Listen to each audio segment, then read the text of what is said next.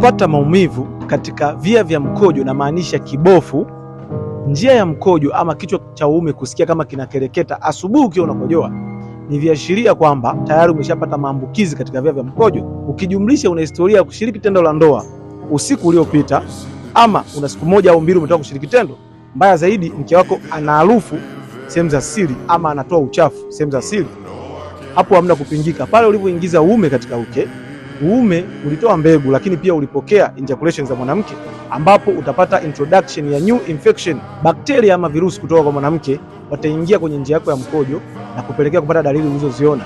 Kuna watu wanasumbuka, anapata hii shida, anajitibia inarudi, anajitibia inarudi. Kama ni wewe, jua kwamba unafanya reinfection, kwamba unajitibu afu unakutana na mke wako anakurudishia. Njia pekee ni kumtibu kwanza mwenza wako, usilifumbie macho na wewe ujitibu. Shida itaisha na itajirudia. Kama umekosa utatuzi sahihi, nipigie, nitakusaidia. Tambua chanzo, kutibu tatizo.